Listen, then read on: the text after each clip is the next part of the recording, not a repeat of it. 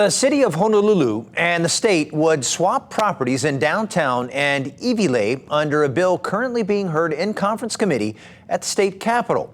Paul Drew shows us why these particular parcels could change hands. Part of Ala Park is owned by the county, the other half by the state. But under the proposed land swap, it would become all city property, which has plans to improve this park. It should be preserved, and it should be used in a way that keeps it for the good of the community. In other words, you don't want elements in there that are doing drug use and illegal activity. And the best way to discourage that kind of behavior is to activate it, to get people actually wanting to go there and sit and walk and stroll. The city anticipates more people using the park as more affordable housing goes up in Iwilei around the rail station.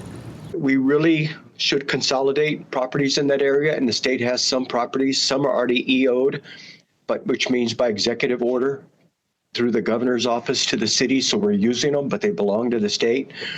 Properties that include the city morgue, the Laliha Civic Center, and the Iwilei Fire Station. Other proposed state land for the swap include ones being used by other entities like the Institute for Human Services or senior residences at Iwilei. In exchange, the state would get the land underneath Ali'i Place in downtown Honolulu.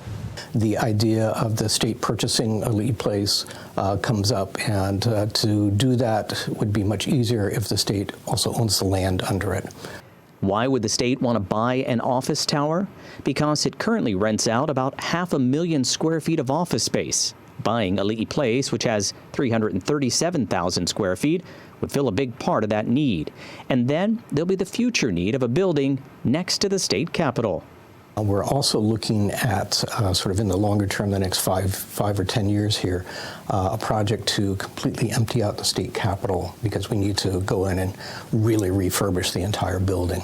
And in order to do that, we would need some place to relocate all of that building's occupants, at least on a temporary basis. But giving up this prime piece of land will cost the city. Right now, that is a source of revenue for the city. We own the land, but not the building. The land brings in about $800,000 a year to the city, so we're not willing to give up that revenue source without something comparable in terms of value.